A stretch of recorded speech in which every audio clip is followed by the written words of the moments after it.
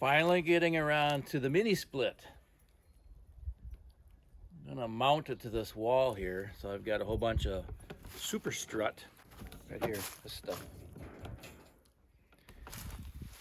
I sketched up how I wanna mount those. I've got here where there's a stretch of screws here.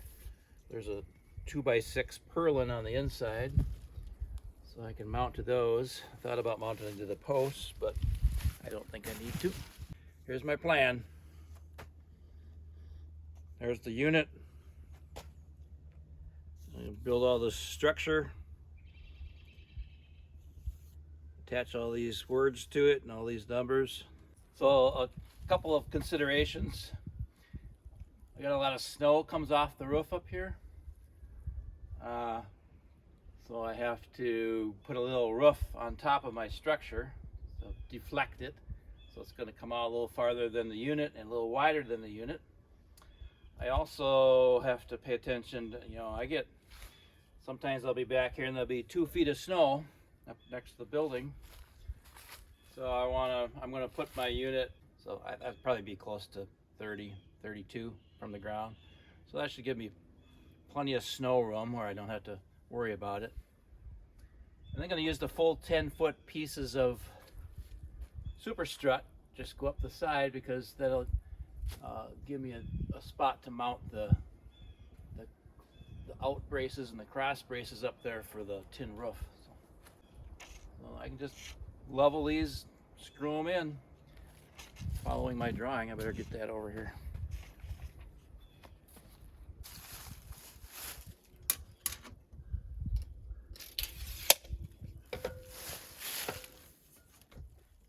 Get that first bit started.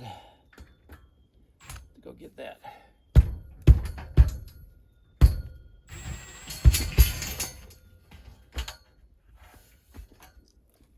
All right, go get a hammer.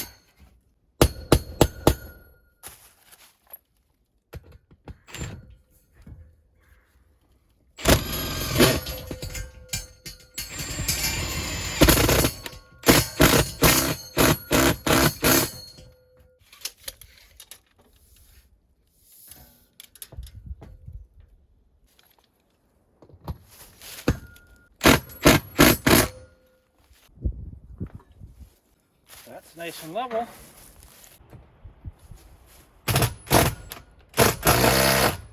All right, I got one support out. It's gonna go there. These were fun to get inside of here. I want this bolt to come out right there, but you can't. No way to get it in there. Yeah. Took a piece of wire and gave it a little curl about the same as the thread, and then you can thread that onto there. First, just fish that curled in through the hole you want to pull it up into, out the bottom. Just thread it on a thread.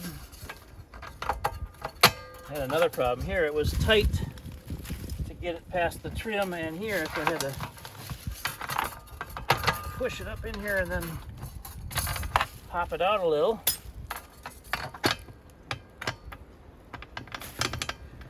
And then a wiggle job so it comes through.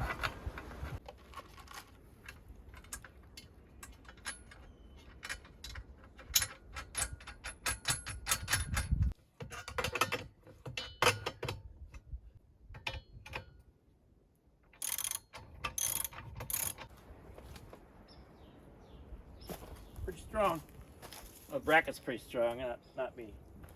Well, maybe I'm kind of strong. Quite a difference from yesterday. Yesterday was 80, I think. And today, rainy and in the 40s right now. It's been dropping. Update. Up there, that's for my roof mount.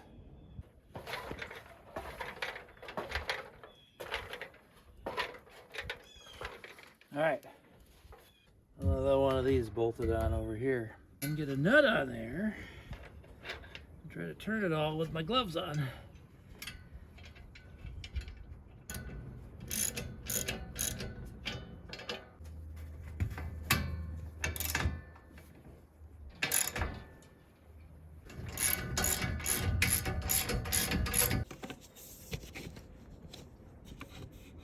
My gutter's clean.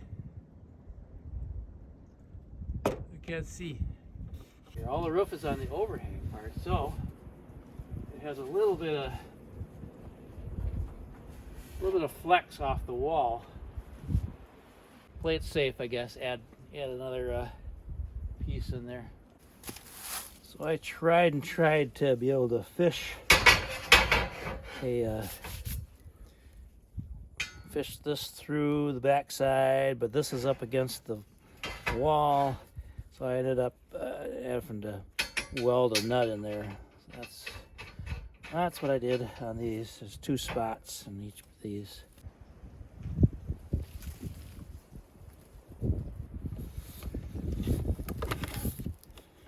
I know what you're saying. That guy must have had a Etch-a-Sketch when he was a kid. I did, but I didn't have an erector set though. Just imagine what this would look like if I had one of those. Throwing some tin up. It's got a roof.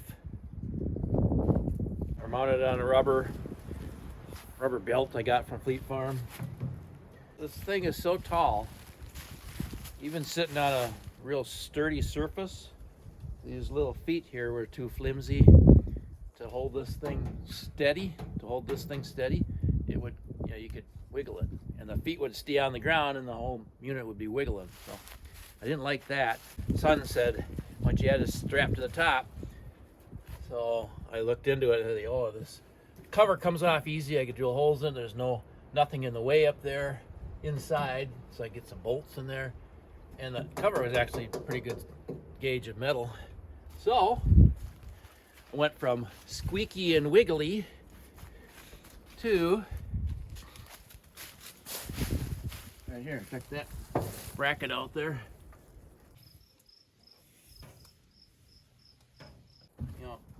Try to wiggle it from here. It's solid. You used to be able to go like this, and it would go wig, wig, wig, wig, wig.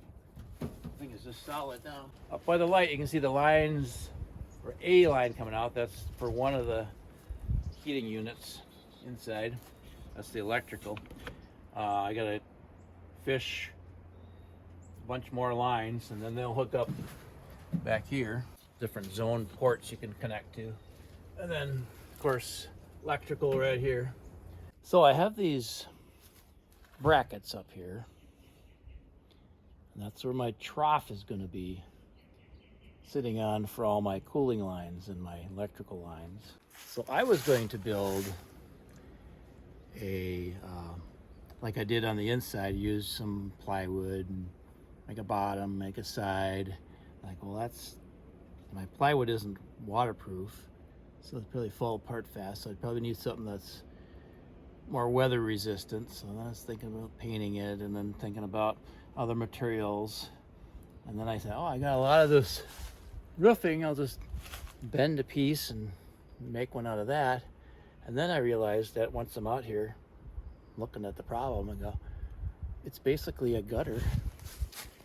I got gutters up there. I'll just put a gutter here, a butter gutter. So look at that. I mean, it's beautiful.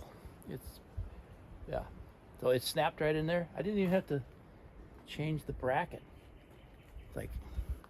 And I didn't make it for this.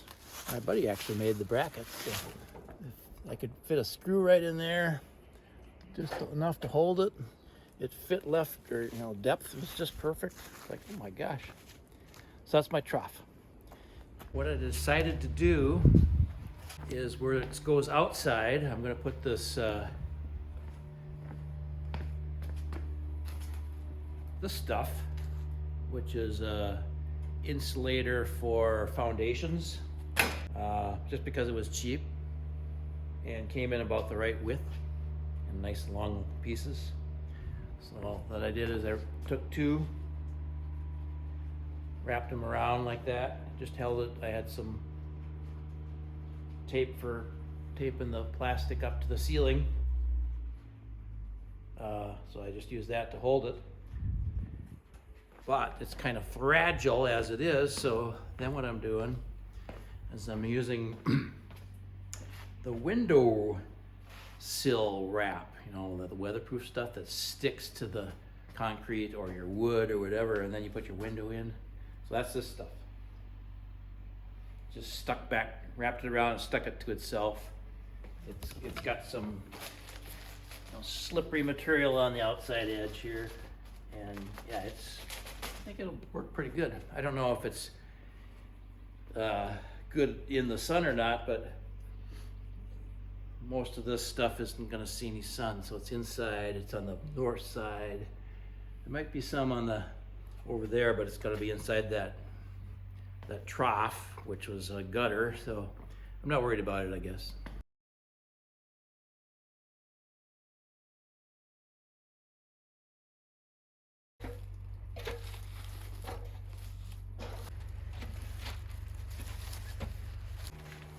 So you said to kink it as many times as I can?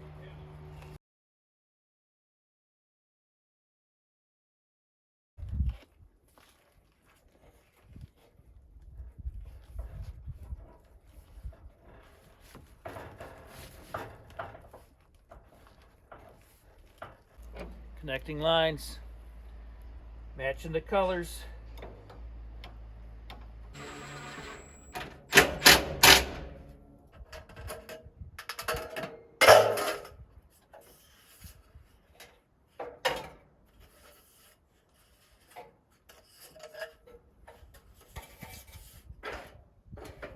This is for the second of the 3 heating units, or air conditioning units. I forget what they call them. I just call them the head unit. I'm going to drill a 3.5-inch hole through all the way to the outside so I get all my lines out next.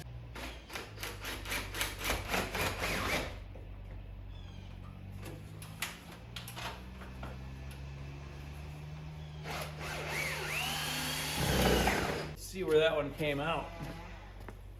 There it is. A guiding hole. I can put my large 3.5-inch cutter in there. So I should have had my my whole unit another inch taller, and I wouldn't have had this issue.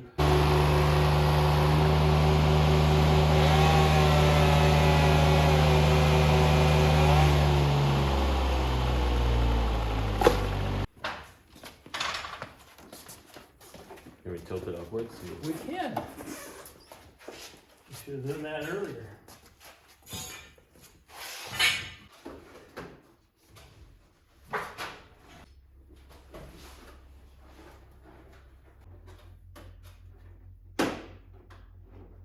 The last coolant line in. So we've got the one for the office, one for the far end of the shop, one for the near end of the shop.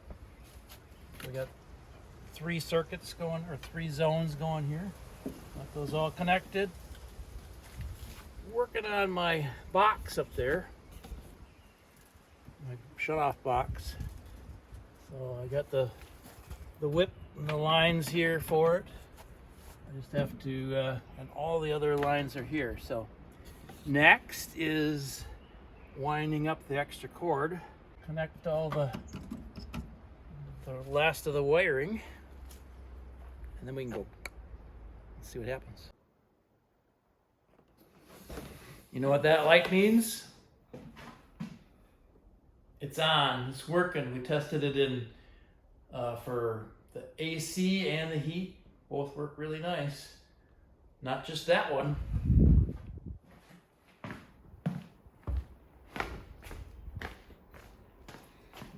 In fact, it's blowing right now. It's in dry mode. I have to read about the modes. This one you can maybe hear. 68. This is moving. See a little bit of heat coming out of here. But man, can you hear it? Pretty quiet. I don't know if it's in a heat or cool mode, but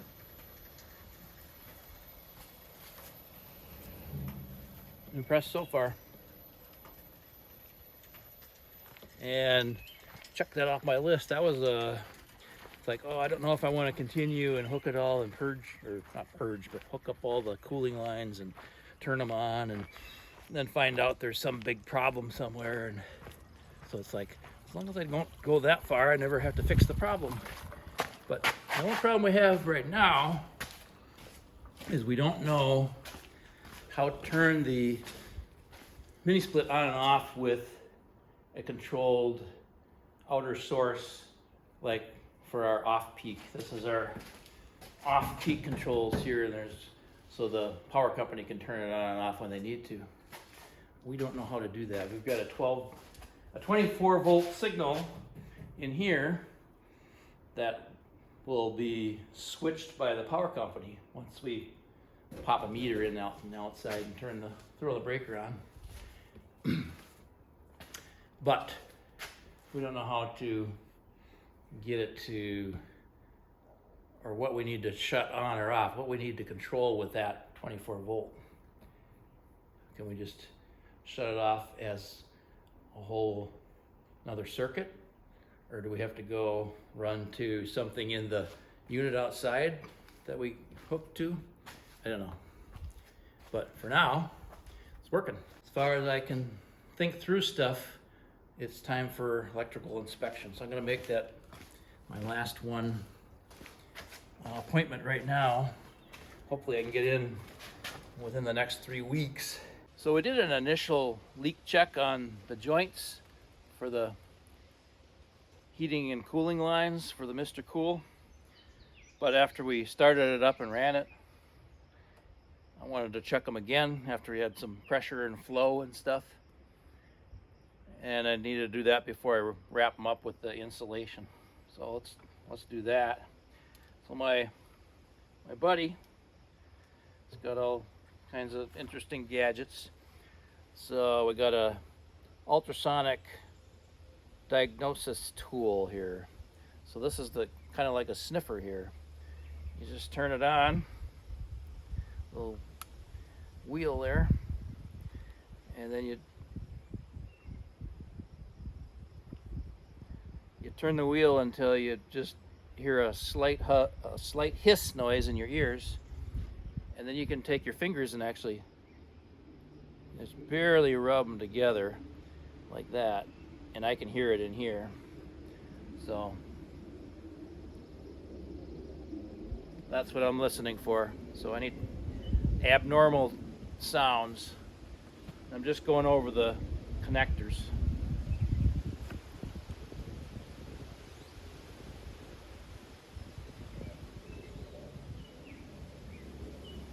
Nothing. Don't hear anything on that one. Got 2 more to do.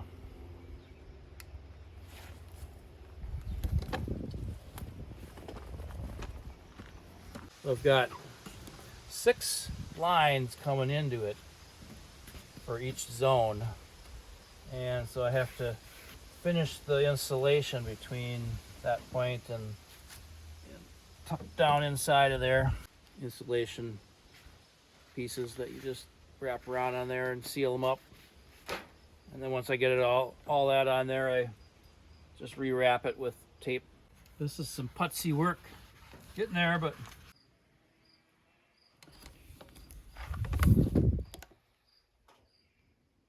ta-da! Ta-da! We are gonna call all that wrapping, all that Mr. Cool heating and cooling, all of this wrapping, all the channeling, all done. Woo! Oh, and I passed my electrical inspection. It only took me 2 times. First time I didn't pass because I didn't know this, that you, in buildings with concrete floors, even though there's no water in the building, you have to have a ground fault circuit interrupter for the outlets. So I just was going off of what I knew, and that was anywhere near a sink or bathroom or kitchen area, you needed that, or outside. So I had to swap that in, but that was fairly easy. and then he had to come back out, and we passed, yay. So in a day or two here, the final building inspection is due. So I was just wrapping up some of those last things, like the wrap on the heating and cooling lines. And then I had to get this big door in. So as you can see, it's in. I'll show you that on another episode. You know, this is just so nice sitting here with you. You know, all we need now is some nice cool air,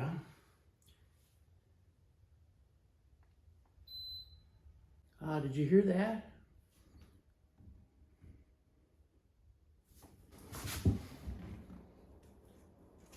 Nice to have cool